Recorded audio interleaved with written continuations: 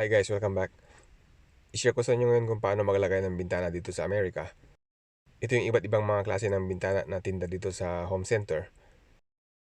Ang pinaka-popular na bintana dito sa US ay itong tawag namin na double hung window o ito yung nag-i-slide pataas pababa. Tapos meron din kaming sliding window. And then yung other option ay yung casement window o tawag sa Pilipinas na swing out window.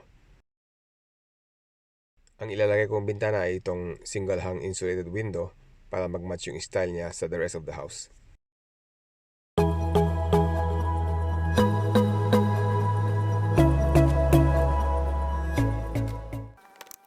Ang first order of business ay tanggalin ko itong lumang bintana. Itong bintana nito ay mahigit ng 35 years old. Single glazing lang ito, so bali wala siyang insulation. At saka kahoy lahat ito. So yung bottom part ng window ay nabulok na dahil palaging nababasa. Ang window na ipapalit ko ay 100% vinyl, so hindi na siya mabubulok. At saka double glaze siya, so meron siyang insulation. Okay, so ngayong natanggal na itong bintana, linisin ko na itong opening. Tapos maglalagay na ako ng flashing para kung sakaling may tubig na makapasok sa pagitan ng bintana saka itong wooden frame ng opening, hindi mabubulok yung kahoy. At maglalagay pa ako ng one more layer para lalagpas sa kapal ng window frame. Ngayon maglalagay na ako ng silicone caulk sa perimeter ng opening except yung sa bottom part. Once na na-verify ko na yung flashing saka yung silicone caulk, pwede ko nang ilagay itong bintana. Ngayon bago ko siya ipako, kailangan kong siguraduhin na level siya at saka plumb siya.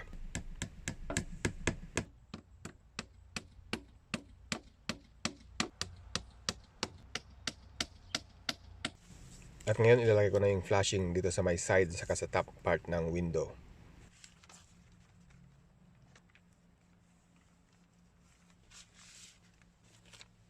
Kailangan kong gawin lahat ng mga step na ito, lalong-lalo na sa mga bahay dito sa northern part ng US kasi kailangan naming mag-save sa heating and cooling bills by having an airtight home.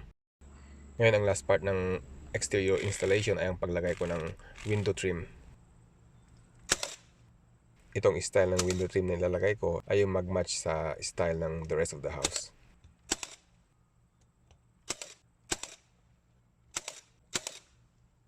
And finally, lagyan ko ng silicone caulk yung perimeter ng window casing.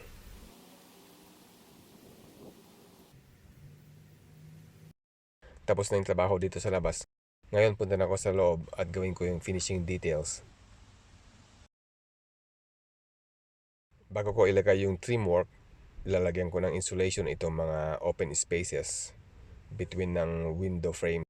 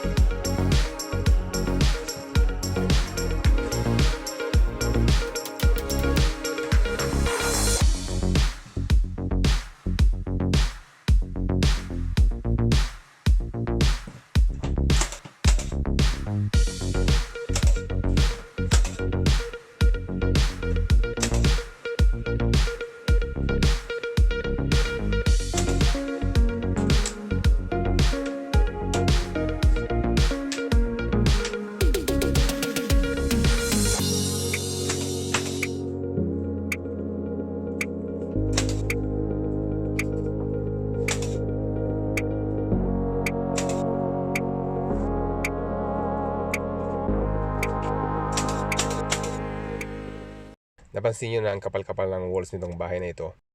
Ito ay dahil nasa foundation ng kalagay itong window na ito. Bali yung concrete foundation ng bahay 8 inches. Tapos yung additional insulation, so bali aabot ng almost 14 inches ang kapal ng finish wall all the way to the outside wall.